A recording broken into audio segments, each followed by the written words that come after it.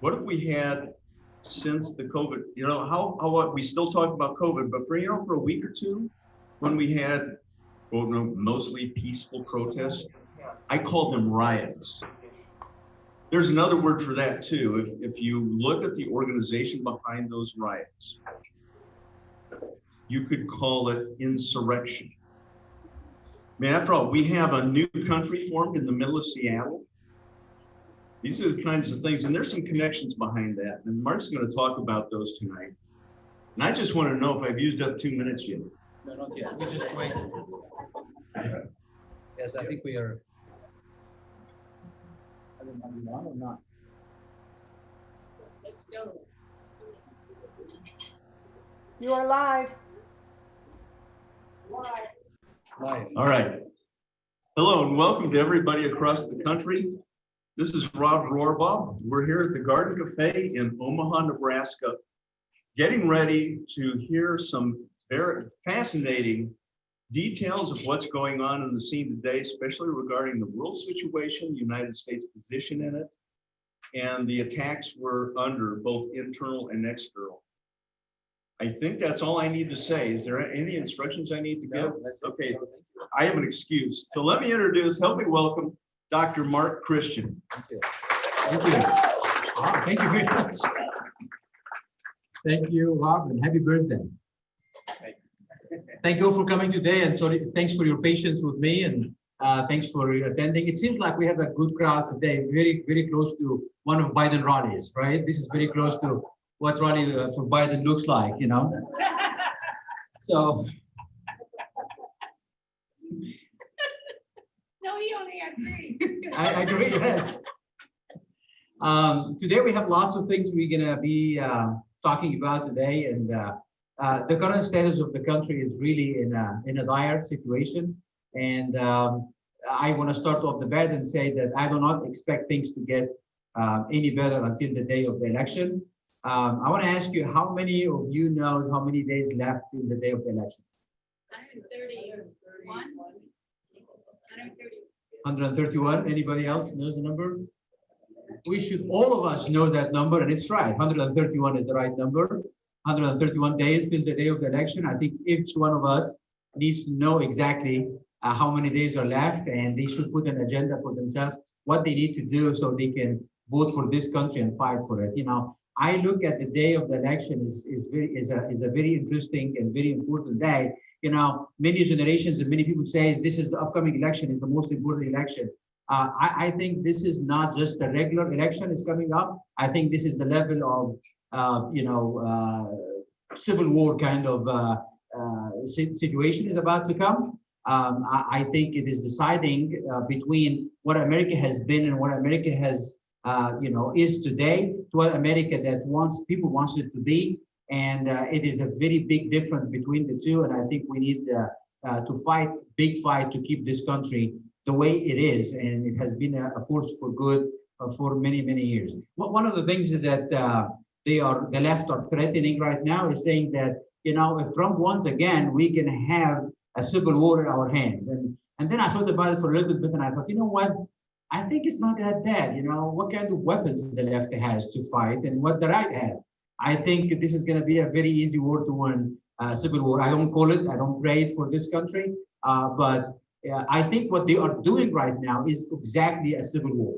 And they have been exploiting everything that is going on in the nation for their own agenda. And when I look at bringing down statues and bringing down things like this, it's not serving anybody's good or serving any kind of justice whatsoever. Okay. So today, before I get started, last month I asked about how many of you have been, touched by the coronavirus, unfortunately, or so. So do you know anybody or anybody of your family members has been, touched by the virus? Yeah. And is it somebody close or? The sister of a good friend of mine, whose sister just passed away 2 days ago. Oh, from the COVID. Oh, I'm so sorry about The that. other one is Okay. And it was diagnosed, confirmed diagnosis, and okay, I'm really sorry about to hear that. Anybody else? You have? Co-worker? And they're okay or? Yeah. They all. The funny thing was, everything the office Okay. So I didn't do it. That's another. And you went to business and went to work and everything. Yeah. We're both at school. Oh, okay. So we didn't have to be there, but we went there for a reason. We kept their distance like this. And she called me that night and said, no, I have a sore throat. I'm gonna go. So then she tested negative. Okay. So then she called me and said it was negative. Well, then her husband and kids all got sick. He had it. She got a second test and she had it. And they are over it right now. How long did it take them to get over it? You know, not very long. She actually, it was like she was sick that night and she was fine the next day. Okay. And the husband, I think, was sick the next day. Nobody went to the hospital, everybody had mild symptoms. They were all healthy people in their business. Okay. And you know, you hear those stories all the time. If you don't mind, Vicky actually got the news that her father, who was 95 years old, got tested positive for COVID last weekend, and on Father's Day, you know, but he went to the hospital on Father's Day, right? And how is he doing now? Wow, praise God. So it's what, 4 or 5 days, right? Yeah. You have one, somebody? Yeah, my daughter, her mom, and her significant other, they were both really bad for about 2 months. And so now about the past 2 weeks, they've been okay. So they get over it? Yeah. Okay. This is your daughter? Yeah, my daughter's mother. Okay. And her boyfriend. Oh, boy. Okay. But they're fine right now, right? Yeah, it took about 2 months because they were really bad. Okay. So the virus is real, as we can all hear. There is people died, unfortunately. There is people get over it. 95 years old, praise God. Hopefully we'll get over it. You know, we don't want to jinx anything. But it is a real thing. But at the same time, we can recognize and realize very easily that it was not something that we should have destroyed the country for, or destroyed the economy for, or shut down the way it is. And it has a political agenda behind it. I'm not saying that anybody created the virus, but obviously there is enemies out there who are waiting to exploit anything that is going on for their own agenda and so forth, right? So we continue praying for those to be saved and to continue to recover, but we have to realize that, you know, there is bigger agendas behind that as well. One other thing that's going on in the country, since we met last time, is all of a sudden we have this racial injustice going on in the country, and the seriousness of, you know, systemic racism and all that kind of stuff is going on in the country. And I hope that nobody in the crowd over here today feels that they are guilty because they are white. Anybody is like that, feeling like that? Because we need to have a talk, right? No, nobody? That's great. So I do not believe for a second that anybody needs to be feeling guilty because of their color of their skin, whether they are black or white or in between, or yellow or brown or anybody else. This is racist by itself, right? I think we should feel guilty for our sin if we committed a sin against God. We need to be on our knees, not to our brothers and sisters who are people of color, but to be on our knees to God, who can save us and forgive us for our sins. Do we need to do some work to correct our problems and so forth? Absolutely. But to continue, you know, it hurts me the most the other day, like 2 weeks ago. You know, it was not enough that we are sitting doing church from home. And one of the statements that Trump said lately, you know, he sometimes says some stuff that is very profound, you know, which is very interesting, right? To get some as a surprise, that he said that they want to praise the people who are burning down the church, but arrest those who go to church.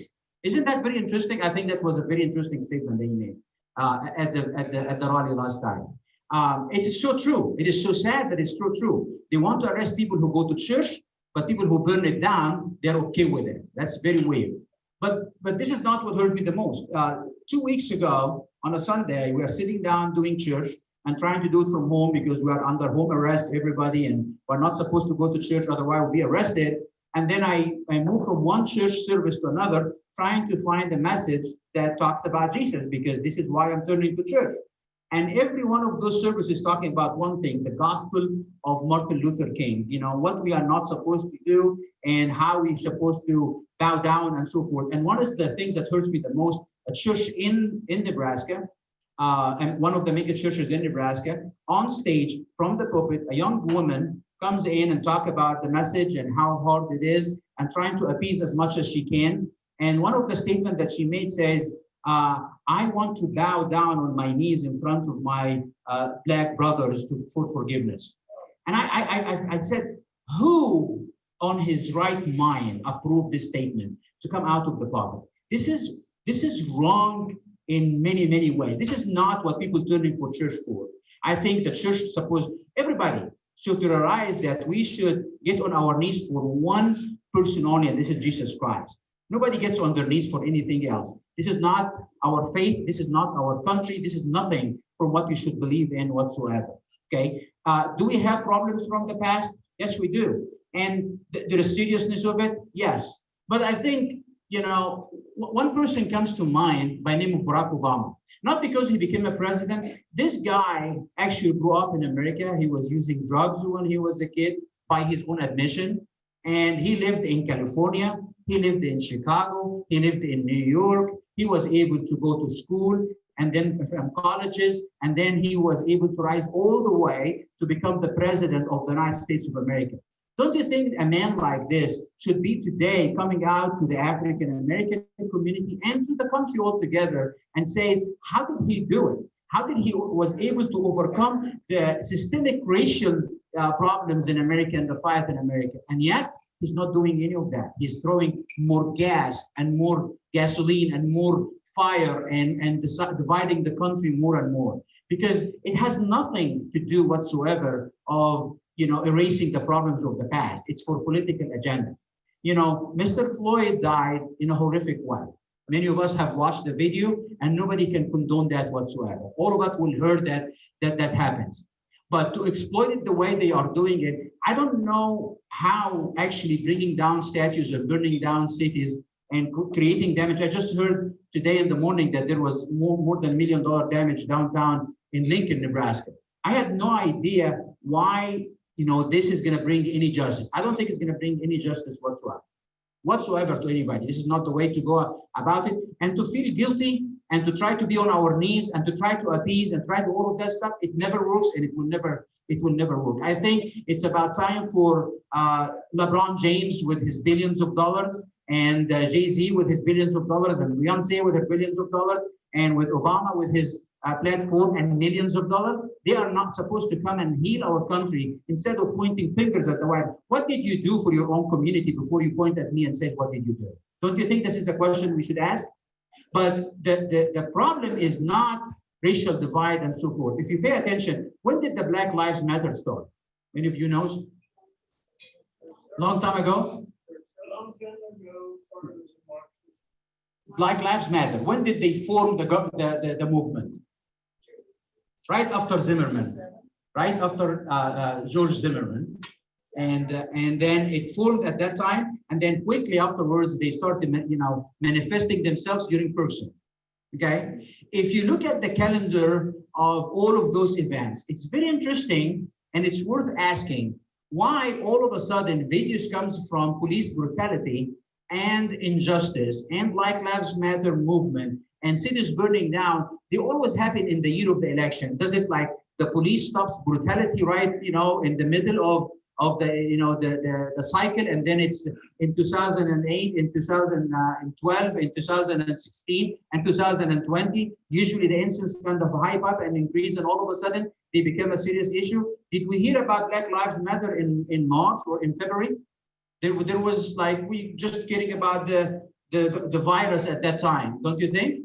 And all of a sudden videos start popping up and things like this. I'm not over here in a conspiracy. I don't know why it's happening, but I have to observe this and ask the questions. I have to ask the question, why it is always happening during the election and why all of a sudden exploiting it. You know, my suspicion is that some of that happens on a regular basis away, but it all of a sudden comes to the surface during the election so they can use it for their own good. So that means one thing. They don't care about people who are dying. They don't care about people who get shot. They don't care about brutality. They don't care about all of that stuff. They care about the agenda. Problems happens. Viruses happens. Pandemics happens. Everything happens all the time. Just pointing out to it so they can use it for an agenda or for exploiting it to further an agenda and a goal. Can you see that? Right? This is not a simple issue. And one of the other things that I want you to pay attention to as well, You know, when we look at the Islamic agenda and the Muslim Brotherhood and the Islamists all together, and now I'm going to be bold enough to say today that I don't believe that each one of you, and even people online and people in America, understand the magnitude and the level of the strength of the Islamist movement that has been in existence for the 1400 years. Many of you look at Islamic problem as how they are changing the culture, or a terrorist attack that took place on 9/11, or a shooting that took place in Florida, or somebody says, you know, they are changing the message in our churches and so forth. And all of those are true, but it does not give you the exact magnitude of the Islamic movement. And I'm here to tell you that the Islamic movement is way bigger and stronger than any of you actually understand. And I'm coming from this background. I'm coming from Egypt. I'm coming from an Islam background. And I understand how bad it is. You know, we're writing the book, and hopefully, you know, will come very soon, and you will understand what the level of the Islamic movement altogether for the last 1400 years. And the Islamist movement is a very well-funded movement. They know exactly what their agenda is about.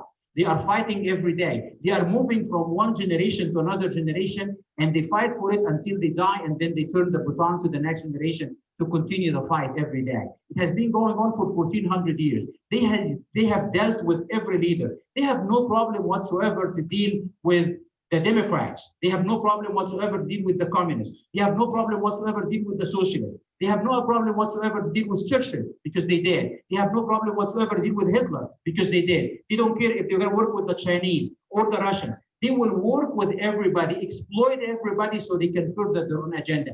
This is how dedicated they are, and this is how devious they are. And many people don't understand the magnitude of that movement and what is their agenda. And they have never received such a defeat like nowadays. The Islamic movement have been receiving defeats like have never been before in many years before that, because of this current administration. The defeat that is taking place, I can give you examples. In Saudi Arabia, a country that is kind of the most wealthy and most influential and the place for the holy sites of Islam and so forth, since 1979, they turned to a very strong Islamic movement, even more than before, and they were been funding Islamic movement and getting all the money and so forth. When Trump came into office, Saudi Arabia is changing, and literally they're saying this. The Crown Prince of Saudi Arabia says that I'm changing the country to before 1979, more open and so forth. Do you think the Islamic movement likes that? They hate the guts of this. They want to change that. When they look at Israel and what's happening in Israel, and when you look at, Jerusalem is the capital of Israel today, announced by the United States president. When they look at the Golan Heights has been a part of Israel for good, announced by the United States government, then all of that stuff is a defeat. When they look at Egypt, the changing and jailing the Muslim Brotherhood and putting them under the ground. When they see the Muslim Brotherhood is defeated and try to fight them and put them in jail everywhere, the Islamist movement is hurting and hurting so bad. And do you think they're going to go down silently? No, they won't. They will fight back. Why I'm mentioning the Muslim Brotherhood altogether and the Islamic movement? Because if you look at the Black Lives Matter and the relationship between them and the Islamic movement is so strong and so tight. I have those papers in the morning. Do you have them, Vicky? You need to look at this before we leave today, when you are leaving today. You have to look at this article that is published on the website of the Islamic Society of North America and other Islamic groups. And it talks about the necessity, and this is back in 2000, and what the year is it? 2012? No, I think 2015 or so. It's okay. You can look at this website, and you can take a picture of this before you leave today, and you will see. It's a very interesting. The enemy is not hiding their agenda. They are talking about it openly. So in this article, you will look at the presidents displayed in the front page. And who are they? You have Biden, God forbid he will be a president, and you have Obama, you have the Bushes, you have Clinton, all of them right in the picture, right? Right, Vicky? Yeah. Okay. And they are talking about the support of the Black Lives Matter. They say it's a duty of every Muslim that they have to support the Black Lives Matter. And then they are pointing the number of leaders from Sarsour to others about how they are hosting events, supporting each other, raising funds, open mosques, open stages for the Black Lives Matter. Because the Black Lives Matter is not about blacks or the life of the blacks. It's about destroying this country and bringing it on its knees. How do I know that? Because they say so. They actually just said that. So I'm not over here trying to push a conspiracy. They say that. They say if we are not going to change the country, we'll burn it down. They said that we are Marxists. In their opinion, being Marxist, or they don't care about that, by the way. The idea is to bring America on its knees. That's the whole idea of the Black Lives Matter. Because you can ask them, what is that to do when you're feeling guilty? How I'm going to bring Floyd back to life? Or how I'm going to save Floyd? How I'm going to do this, I'm going to do that? Nothing. It's not helping anything. 4 years ago, while I was in Texas and I was speaking at an event, and I talked about, at that time, Black Lives Matter was just starting. And I was talking and I made a prophecy, and I'm so sad that I did that, because at that event, I talked about the main purpose of Black Lives Matter is to make a nationalized police force. And they asked me why they do that. And I said, because dictatorship succeeds by two arms. One of them is media propaganda machine, and the other thing is a nationalized police. And in America and other places, you cannot get the military to be on the streets on a regular basis. Even in countries like corrupt like Egypt, they cannot put the police on the military on the streets all the time. They have to have a police that is actually a military force for a dictatorship. So to have a dictatorship in this country, and it doesn't mean a dictatorship that you're going to have Hitler and yelling and doing stuff. Dictatorship means what is going on today. That they're going to censor everybody, that you cannot talk about things, you're going to lose your business, you're going to close your business, they're going to attack you in your livelihood, they're going to push taxes, they can put things on you, they take your guns. All of the things this is dictatorship. This is not freedom. This is not living your life up to your limits and living up to your potential. It's about the government telling you what to do. And they cannot do that without having a nationalized police. So I said that 4 years ago, and that was not even an agenda. And hold on, behold, the Democratic Party and the Black Lives Matter start saying that out front clearly. Yes, the bill is going to be blocked by the Senate, but you know what? Obamacare was the same thing before. They start circulating some ideas when they are not in power, and as soon as they get in power, then at that time, oh, it's a bill, and all of a sudden you have 1,000 pages of bill ready that was popped up in two hours, and then all of a sudden they are passing it, and you're going to have that. Changes does not happen overnight. It happens slowly, and this is what Black Lives Matter is about: bringing this nation on its knees. Destroying this country, destroying the system. They say that. And the Islamist is helping them more than you can even imagine. I would say, and I will make this claim, that actually more of 50% of the left agenda is supported or funded or actually to further the goal of the Islamic agenda in the United States. I'm not over here biased and I'm trying to push an idea about Islam. Today, you cannot even say that Black Lives Matter is related to Islam. I will, and I don't care. This is what we need to understand, because they are saying it. I'm not bringing information because I'm just imagining it. The websites of the Muslim Brotherhood is saying it. So we have to learn that, we have to get educated, and we have to learn how to pass the information around and so forth, okay? Do we have any more questions? Oh, do you have any questions? I'm sorry, go ahead. Just to fill everybody in on how close this is coming to us. You can go to the website for the Douglas County Board and City Council. Last week, the last 2 hours, of the Douglas County Board, the presentation of people who have worked in the corrections department. It turned out to be about 45 minutes with the propaganda, racial disparity. They started talking a little bit about Black Lives Matter. Can you, And the OTOP. because we are online, so I have to stay with one statement or two. OTOP people spend another 45 minutes. Okay. They are supported by the city council and the Douglas County Board. And this is happening in every state. It's not. OTOP openly supports Black Lives Matter. Yeah. So. Anybody has a question, or do you have a question online, bro? Not at this point. Okay. So moving, do you have any questions about what I shared so far? Am I depressing you? We have a savior, okay? We have a good system. We have to learn about what the problem is going on, okay? We do. And we have to understand what's going on. It doesn't mean that it's the end. It means that we just need to learn how problematic things are, okay? The topic I want to talk about today as well is John Bolton, right? And before I go into John Bolton himself, many of you have been involved in politics for quite some time. I do agree with that, or some of you, okay? And some of you have been, conservative or changed to conservatism, and you are conservative or you identify as a conservative or Republican for one reason or another because you support one thing or two or many of the things that you think are valuable to you and ideas that you believe in, okay?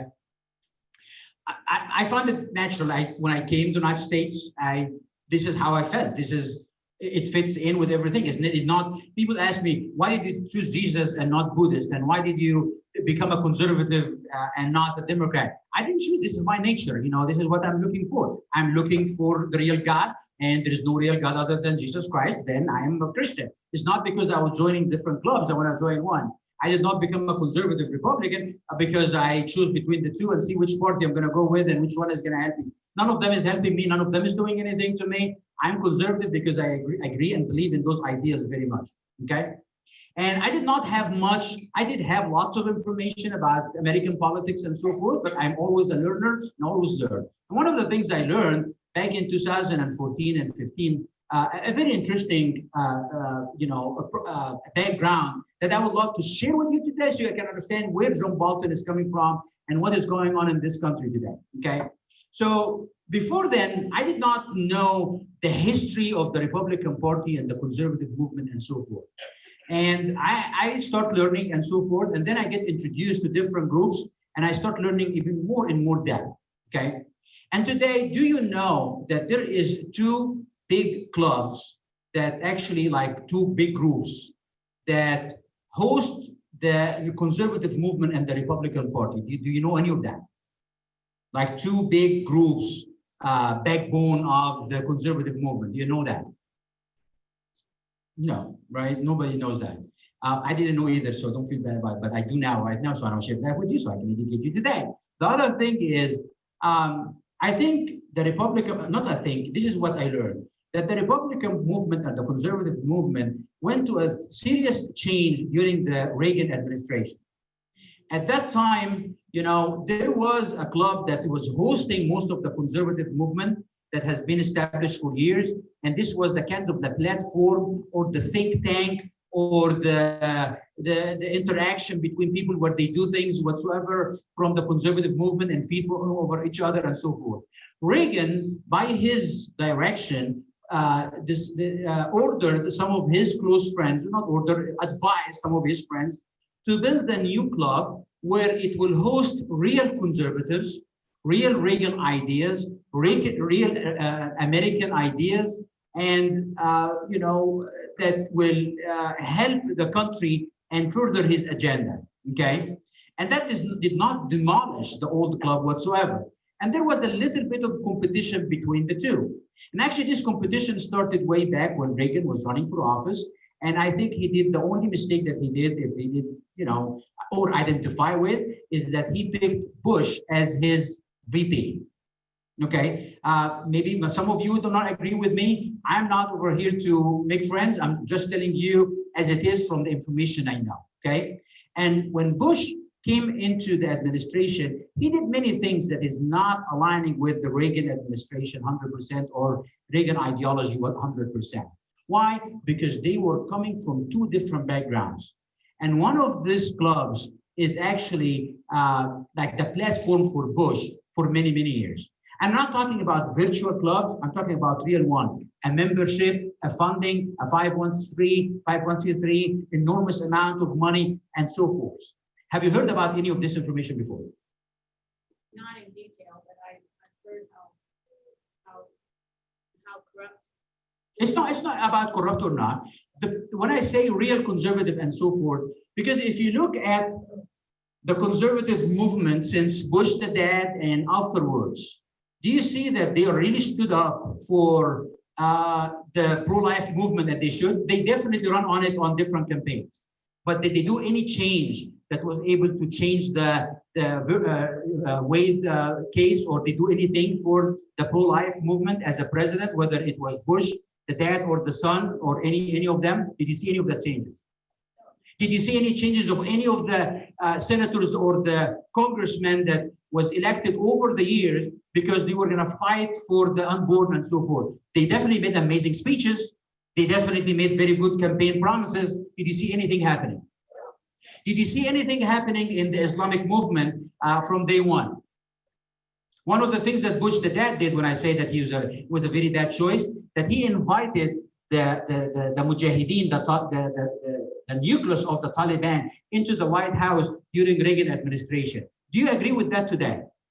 And you have to remember that very well, because I'm going to mention it again. Okay, so back in the day when Reagan was in office, Bush the dad, when he was a VP of the United States, he convinced Reagan to sit down with the Mujahideen, the rising Islamic movement, so he can invite them into the White House, and he convinced Reagan that this is good for America because we're going to support the Mujahideen, the Islamic movement, so they will fight the Russians for us in Afghanistan. Would you agree with that today? Do you think, Bush was an idiot when he did that decision? No, he wasn't. He was the head of the CIA, so he understood what he was dealing with before he became the VP. So he was not an idiot. He was not a naive person who didn't know what he was dealing with. He should and must have been knowing exactly what he was dealing with. So when I'm talking about, a club that one real one that believes in real ideals, that wants to make a difference and make a change, another one is fake, this is what I'm talking about. Because the other club that is hosting what you call them, the rhinos or the old Republicans and so forth, is actually existence in real life. They convene with each other and do things with each other. Bush administration, most of the people were from that club. Do you know that name of that? Are you making any assumptions about things? Because those are real clubs. They really exist. Does anybody know anything I'm talking about? Huh? What's that? Henry Kissinger was part of that as well. Isn't there something called DUMOS? American Enterprise Institute. American Enterprise Institute is an organization that existed for quite some time, and it is the platform for the fake Republicans. For so long, they have been just to the Republicans. This is where the government officials have picked from, and so forth. Okay, the Reagan Club is the Council of National Policy. You're not going to find lots of information about the Council of National Policy online, because they are trying to be discreet as much as they can, because they know that they're under the attack, not from the Democrats, not from the left only, but also from the Republicans who are fake Republicans. Okay, you're following what I'm saying or not? Yes. Okay, you're following what I'm saying? Okay. So the American Enterprise Institute has been at it for many, many years, deceiving the electorate in the United States of America by pushing fake conservative ideas and speeches while not following any of it whatsoever. And one of those leaders in the American Enterprise Institute is Mr. John Bolton. Okay, Bush definitely is, Mitt Romney as well, and many others. Okay, so if you look back at John Bolton and his career, he has been part of this organization. If you actually look American Enterprise Institute together with John Bolton's name, and you will see many of the things that happened, under, he made multiple webinars and so forth for them. And he has been working with them for many, many years.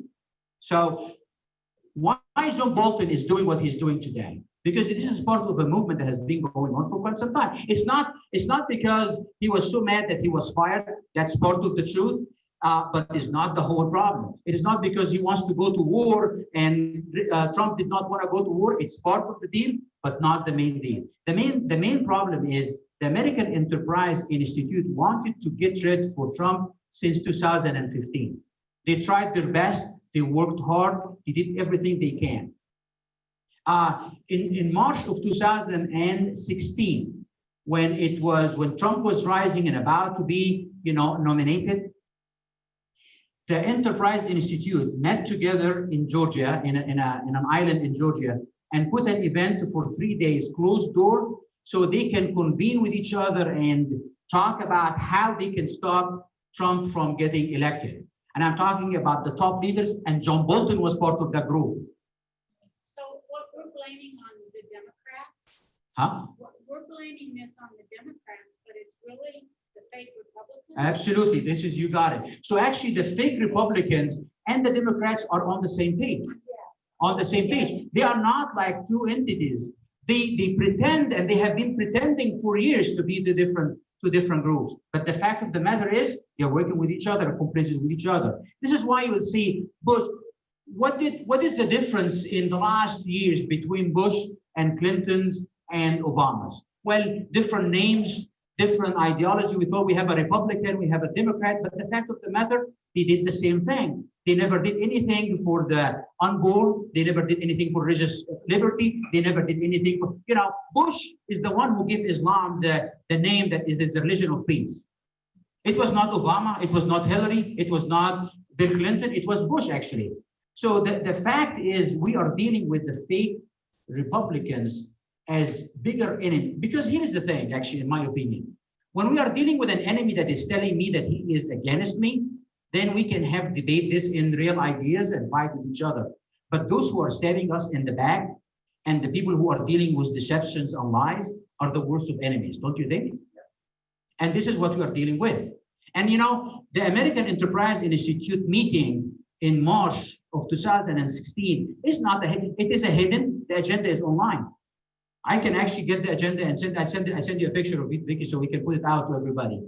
You need to look at what they have been trying to do since 2016. Do you think they give up their ideas? Some of the Republicans at that meeting changed their mind, just very few. But the majority of them, they did not like it from day one. They don't like it today, and they will do whatever it takes to get Trump administration out. And it's not about Trump as an individual. It's not about how he looks or because he has an orange skin or because he has a fake hair or because of his tweets. All of those attacks, okay? And I don't like Trump because of any of that stuff either. I'm talking about Trump because what he is trying to do and accomplish.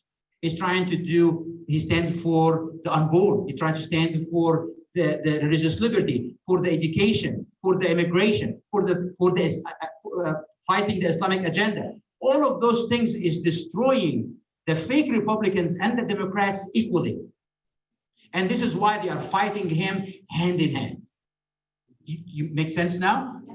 So this is what we're dealing with. You have a question? There are some coming in whenever you're ready. Okay, I want to finish one thing before we start taking some questions. I have an interaction with Bolton, John Bolton himself. I think he was one of the very first high-profile people I ever met in my life. And I was so amazed that I'm going to go in a meeting and John Bolton is going to be sharing some stuff in a small meeting, the size of this. And we're going to have conversation and I'm going to ask questions. And at that time, I was actually so much invested into the Arab Spring and what's going on and the Syrian problem and so forth. And I have been talking about it for years. Some of you have heard me talking about the Syria and how it's a serious issue, even before it became a serious issue. And even before it became like so public and so popular like this. So I was waiting to go in and talk to John Bolton. I've seen him while I was in Egypt. I've seen him on TV. I've seen him involved in many things. And I always thought that he was in the right place. He's fighting for the country. He's a serious man. He's not going to take any flack, and he's going to fight hard. So I thought I'm going to go into this meeting and I'm going to ask him I listen what he has to say, and finally I'm going to have this is during Obama administration, by the way. And I thought I'm going to have some fresh air and I'm going to have somebody who's that level we're going to talk with each other, and I would share with him what I know about, Benghazi and so forth. And I sat down in the meeting, and I always sit in the front so I can have, as much exposure as much as I can. And the guy started talking. And after 5 minutes, and I said, maybe I'm just not understanding what's going on. And then I listened more. And the guy was not saying anything from what I expected you to say. He was 100% in agreement with Obama and what Obama is trying to do. And I was thinking to myself, am I like crazy? I'm an idiot. I'm not smart enough to understand what he's saying. Maybe I'm not getting it. Is that true what he's saying? So I had to ask questions to make sure that I get what I get. This is when I get confused. And then I start asking questions to make sure that I understand, as primitive questions.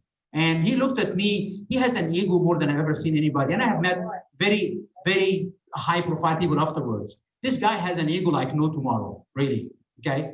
And he thinks very highly of himself, and I don't know why. And actually, before he started his conversation, he was talking about Bush as God. Like seriously, he was saying about, the joke and the ice breaking. He was talking about him in the beast, in the car, and how he was sitting with Bush and talking with each other, and how he was, in love and adored by Bush. And I said, man up, dude, this is not even a joke. Like, this is not funny. Like, what are you talking about? This is even before he started going into stuff. He loves Bush. He loves the Bush administration. He loves George W. more than you can even, the way he talked about George W. Bush, like it is his God for him. And he is like putting himself down. This guy with this big ego talking about Bush like that. And then when he's talking about the Arab Spring, the overthrowing of government and replacing the Muslim Brotherhood in their place, talking about putting the Muslim Brotherhood in charge of the Middle East, giving the Muslim Brotherhood a platform and a coalition to form the strongest opposition to the United States in history since the inception of the United States, giving the Islamic movement fresh air similar to the fresh air that they got 1400 years ago. You're talking about that stuff and you're supporting it? What kind of a hawk are you? What kind of a conservative Republican are you? And then I asked questions, and it confirmed everything I was hearing. I was not an idiot. He was seriously talking about, similar agenda to Obama. And he's trying to convince everybody in the audience that this is the right way to do. So I went out, as soon as I was leaving out, and there's two leaders that I start talking to. I'm this guy who's coming from Egypt, and the first time I attended those meetings, and and I'm coming out and says, John Bolton is crazy. This is wrong. And the guy looked at me and said, it's like I felt like I'm another idiot, coming, you have no idea coming from Egypt. You don't know anything. I'm sorry for you, kind of. So I left him and I go to another guy and I said, seriously, John Bolton is saying crazy stuff. This is Obama agenda. We should not believe in this. We should not do this. And he said, but John Bolton has an amazing agenda. He's better understanding than you, and so forth. And guess what? Last week, I have to text. And this guy and said, hey, do you remember our conversation? We said, I don't understand things. How does it look like right now, dude? Okay. I tend to do that because I have to say, I told you so. I like that too much. I do it to my son. I do it to everybody around me. Okay. Except Vicky. Cannot do that to Vicky. That's the only person I can do that. And I did. And he said, yes, you are right. I can, we had the conversation back and forth. And he said, can you back on the radio? I did the radio today about that. And he mentioned this. And he was not having the ego to say I was wrong. He said, I was wrong with Mark then. And he opened the radio by saying that. So John Bolton was not, I think it is not his problem that he's doing what he's doing today. I think the problem is Trump's problem to start with, that he hired somebody like him. The only excuse them giving Trump administration to hire him and McMaster before him and other people before him is because the bucket that he can choose from is very small. The fake Republicans and the career conservatives and the career American Enterprise Institute that are pretending to be fake, pretending to be hoax, standing for us, are so huge and so big. And the others are afraid what they can do. They cannot do that. They cannot support Trump 100%. They're afraid to work for him. They're afraid to support him because it's going to ruin their career. They don't know what to do. The bucket that he has to choose from is very, very small. That was very clear during the election, during the campaign in 2016. He had like 5-6 people. Anderson Cooper was making fun and says, I was expecting to go in with a guy that is front runner and find 10, 15 people actually around him and so forth. And he found 2 people, one in the swimming pool and one sitting next to him talking about stuff. And that was the whole campaign. You know why Trump succeeded? Because of his message. It's just a very simple, straightforward American message. He doesn't need that kind of entourage, but when he's governing, he needs people to govern with him. He's not going to run the White House and have a chief of staff that believes in national security and others. And he has very limited amount of people that he can choose from. But even though I think John Bolton was a horrible decision and a horrible hire for the Trump administration.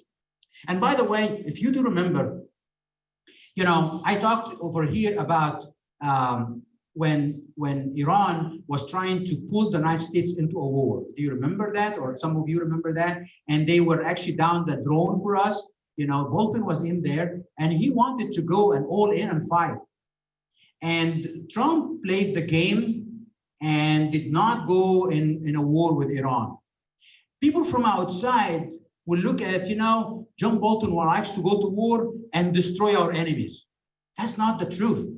The truth is he was tricking Trump to get into a war because his agenda that he swore on from day one during the meeting in 2016 in the island in Georgia, and even when he was working in the office, is to destroy this man that he's working for.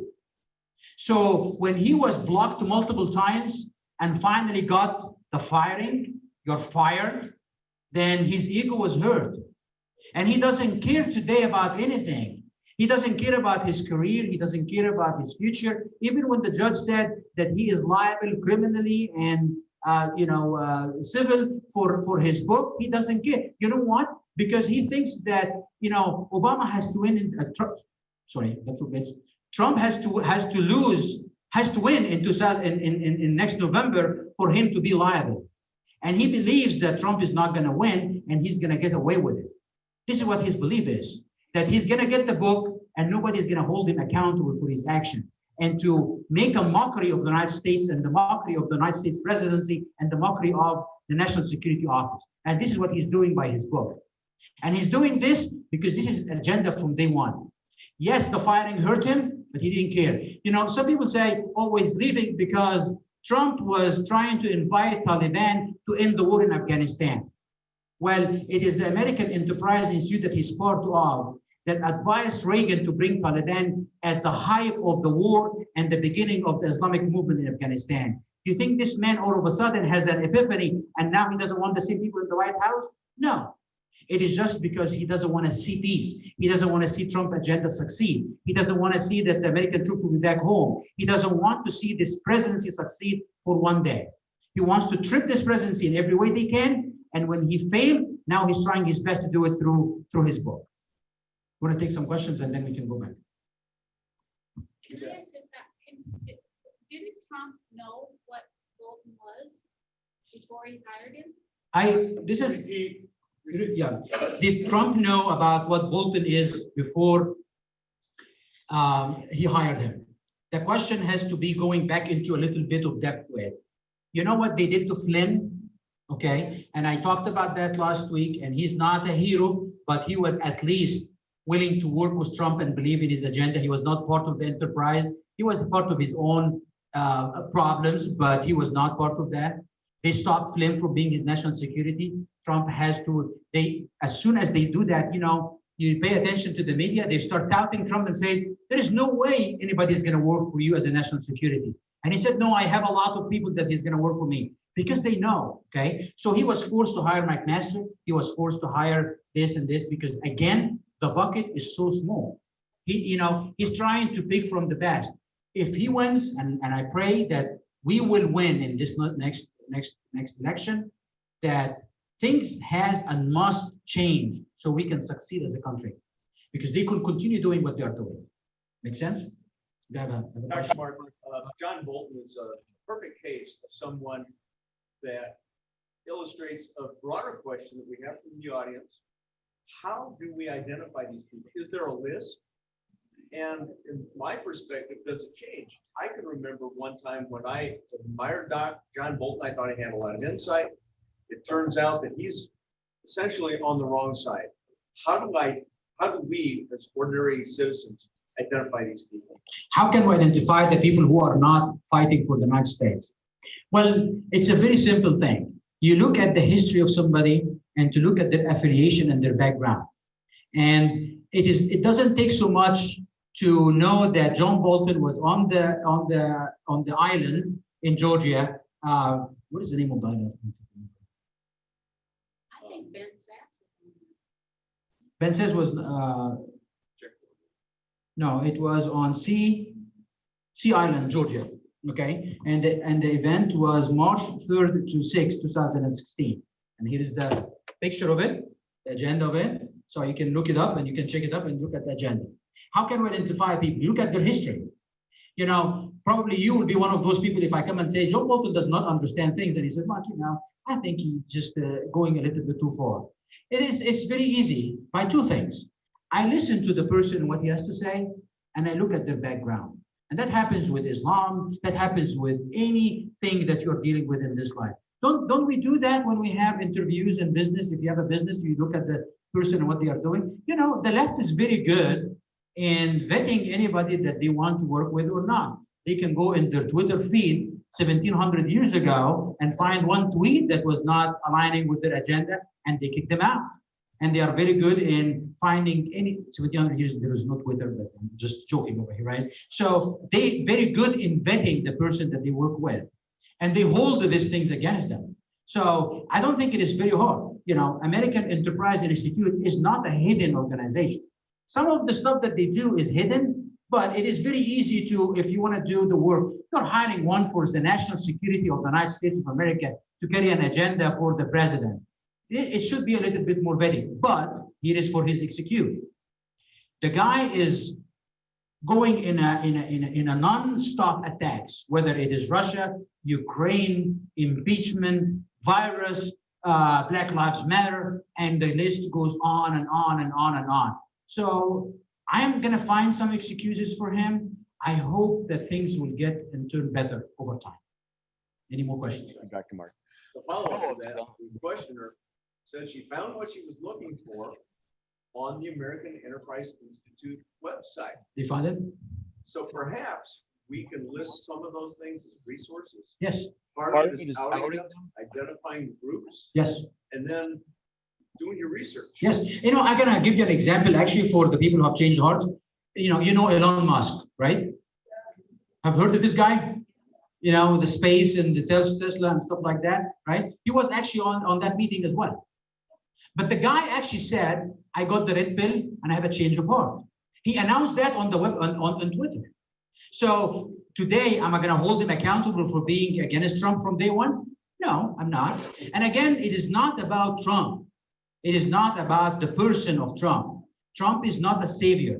I'm not saying that, you know, Trump is an awesome man. He's defected inside out even more than me, and I'm messed up. Okay? So it's not about the guy. It's about what this guy is trying to accomplish. What is his administration is trying to accomplish. And this is what we need to sell as well when we are trying to get people to vote in this upcoming election. This is not a regular election. And I said earlier, and I'm going to say it again, we always repeat, this is the most important election in our lifetime. This is not an election. This is a dividing day between America that continued to be what it was and what is today to America that they wanted to change it to be a completely different country. So it is a very serious one. And, you know, make no mistake, the fake Republicans, which is the American Enterprise Institute, the Islamic movement are fighting very, very hard. The Democratic Party, the Socialists, all of them are doing their best to stop this administration from succeeding from day one until the day of the election and afterwards.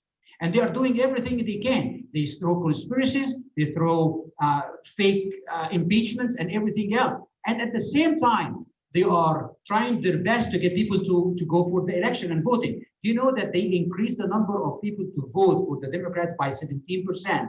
They were able to get people who did not vote before ever and let them sign up and to give them, make a promise that they will vote in the upcoming election. And they are targeting the people who are ignorant, people who are not very well versed, not understanding things, busy with life, whatever it is, in the hope that they will reach out to them, let them, you know, sign up and let them register and vote because they're hoping that they will vote for Biden. This is how they are working hard to do it. They're also doing their best to working with companies. You know, many companies announced already that they give the day of the election off. They're going to give incentives for people to go. They're going to provide free transportation for people who are working at big companies to go and vote. Have you ever heard anything like this before? This is not a regular election. This is a day that will decide America to stay the way it is, as the founding father envisioned it, or is going to be a different country that Obama wanted to be. And you have to understand the significance of that. And for us, and what we need to do today is we need to do our best to make that day a success and victory. Deep in my heart, I know that we're going to win. But we have to do our part because I believe in God. I believe God will save this country. I really do. But we have to do our part. And our part is this, I know Trump is a very hard sell. I do, we have to admit that. But I think when you're talking to somebody or a friend or so, you can figure out what is the thing that they believe in. What is the things that they, if somebody is in small business or an entrepreneur, you can tell them, do you really want to choose the guy who cannot finish a sentence with a guy that says weird sentences? It's not about the two. It's about what is good for you. If somebody is a pro-life, you need to talk to them about pro-life. The vote issues, not a person. And when you find somebody who's aligning with all the things that you believe in, then you vote for that. And it's a very easy choice at that point in time. It's very easy. The person, and this is what the left and the enemies always do, destroy the character. And I think they did a very good job to destroy the character of Trump, and Trump did it for himself too. He's helping them big time as well. So let's admit that. So forget about the name. Let's focus on the agenda and the movement and the administration, what they're trying to accomplish. Can you have another question if you have? Yes, we do. Okay. We were talking about the groups who identify the American enterprises. To make many observations, some of the audits make good observations about people I didn't know were associated with them. Oh, there is lots of them. But a question earlier, a question again, identifying these big groups. What about the Bilderberg group? What is that? The Bilderberg group. The Bilderberg. I don't know anything about it. Okay. I know a little bit. They are a worldwide group of people that are very, very rich, very, very. But can you? I think your mic is not on, right? I don't know them much, but I wanna share a couple of things before I take the second question about that. Okay. I don't know the group that you're talking about. But here is another thing about John Bolton. Do you remember in 2012 when Mitt Romney was debating with Obama? Do you remember that stuff? You remember the first debate, and you remember the big things that was happening at that time, the Benghazi and so forth. And you know that Mitt Romney has the ability at that time to kind of pin Obama on Benghazi and so forth. And Mitt Romney decided not to do. Do you remember that? Yeah. Right? Very well. Anybody remember that or not? Yeah. Who was the national security advisor for Mitt Romney? John Bolton.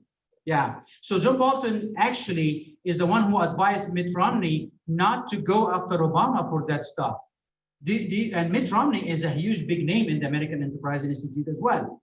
And I would love you actually today to go and look at the American Enterprise meeting in March 2016 and look at the list of the names, because Huffington Post and other places name them.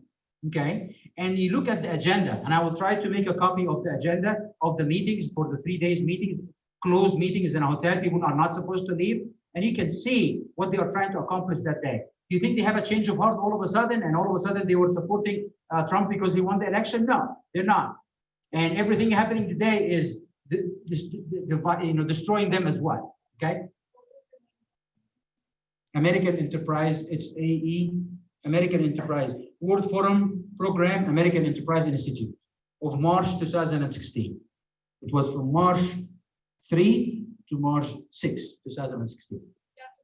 Mark, I've been listening to Steve Bannon. Yes. He talked about the other night about what you just said. The only perfect instrument is Jesus Christ. Oh, I'm into that. Yeah, and you just said that. You're an imperfect instrument. He said Trump is an perfect instrument. So are you, so am I. But we are God's hands and Yes. feet. And And that's what we have to remember. Trump he's not claiming to be perfect, but he is trying to do. Well, if you ask him, he will say I'm perfect, but Yeah. but this is not the point, okay? The point is this. You are talking about people who, it's not that far away when we have an agenda of Obama and Hillary Clinton and what they're trying to accomplish and changing America and radically changing America and all that kind of stuff. And I talked about that, a month ago, I guess, about what he's trying to look and envision and so forth. This is the country that you want to have? If this is what you want to look for? If this is where your kids wants to grow? Trump, as defective as he is pushing an agenda of the people. And this is what we need to vote for the people, not for Trump, for the people. And you make your own choices based on that. Any more questions? Go ahead. This list of people that this person found includes some historical figures, some surprising. Robert Bork, Jean Kirkpatrick, Antonin Scalia. But there are a couple of figures that are still around, still influential, that might bear some discussion. One of them, Dinesh D'Souza. Yes, he was on it, yes. The other one, Newt Gingrich. Yes, that's true. So Newt Gingrich and D'Souza was on it. Again, you have to remember this when I said earlier. This was the platform for the Republicans. This was the platform for, you know, anybody who claimed to be conservative and so forth. Many people worked with them. Really, you know, for years, this is where to go. This is the go place. The Council of National Policy was on the side, and yes, was an amazing, you know, platform and so forth. But if anybody wants to elect it as a Republican, they have to get the blessings from them. You know, most of the funding comes from, so you can understand where the funding is coming from to the American Enterprise Institute. Where do you think the funding is coming from? And I'm talking about millions and millions of dollars. Who is funding this group? Away from donations, small donations, and people has to pay to be part of this club and so forth. Where is the major amount of money coming from? Guess. Huh? Absolutely, the Koch brothers. The Koch brothers are the main funding. They put hundreds of millions of dollars in this. So anybody wants to find a platform on the conservative and so forth, they have to go there. But this is why they were exposed in 2016, because until then it was Bolton a hawk, Bush is the best conservative you ever have. You know, those are the Mitt Romney can be running and get elected and all of that stuff, right? The exposure that took place in 2016, they start running naked because all of a sudden it became clear that their agenda is completely fake and hollow. And one of the things that showed that very well is when Trump talked about the pro-life. And all of a sudden he says, if it is illegal, it is illegal. And everybody gasped. What do you mean by that? Before it was rhetoric. You know, we will talk about pro-life. Are we going to put doctors in jail? Are we going to hold people accountable for doing it? And all of a sudden Trump says like, well, I know if it's something illegal, then they have to be persecuted. You remember that? And even those fake Republicans go crazy. What are you talking about? I'm going to put doctors in jail for doing abortion? Well, if it is illegal, what do you do with that? So is it going to be fake illegal? This is what exposed them and many other things as well. And D'Souza and others announced, Newt Gingrich did not like Trump in the very beginning. You know, many of them were thinking, no, it's not going to work. And again, it's not about Trump. His agenda was real. I am going to support the pro-life, then I'm going to support the pro-life.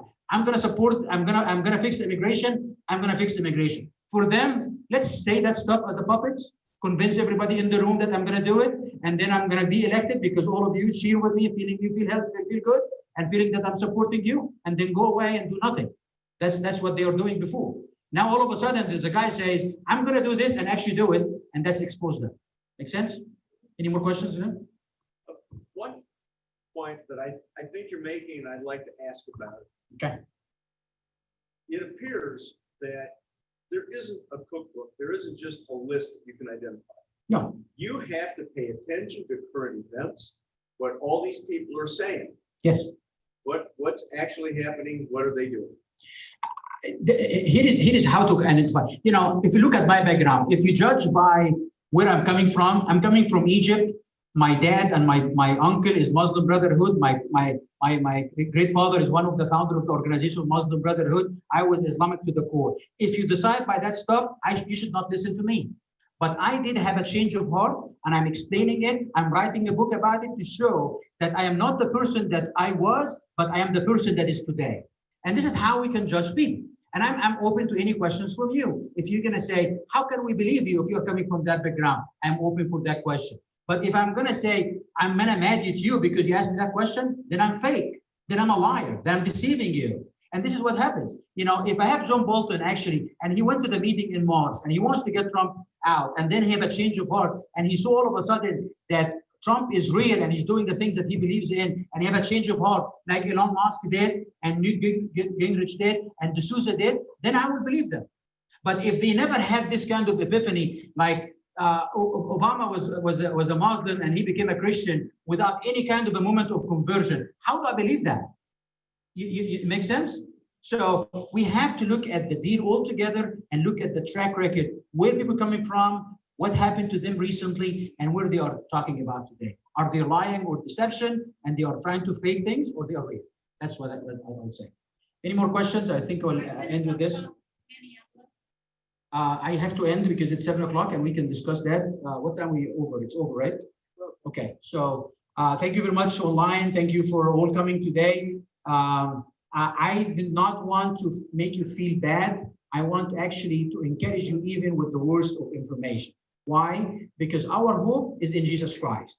This country is going to be saved by God, not by Trump, not by anything. You know, I heard lots of information recently that makes me so mad and so angry and so upset and so discouraged. But I always remember one thing. When things go so bad, God is not making things worse and destroying me. God is telling me, get on your knees because I am going to be victorious for you. You cannot do it in your own. And I find myself a sinner of thinking that I will make a difference. We are not going to make a difference. God will. He wants us to pray and wants us to act. He said that accept him and then go make disciples of nations. It is action. So we have to pray, we have to depend on him, and then we have to take action. Thank you very much. I'll see you next month. Thank you, Dr. Marty. For those in the audience here and in dialing in, hopefully they haven't gone away yet, please subscribe to our newsletter. Go to globalfaith.org, sign up there, and while you're there, you can check out the 330 Club. I'm not going to tell you what it is. You'll have to go to globalfaith.org to find out. Thank you. Thank you.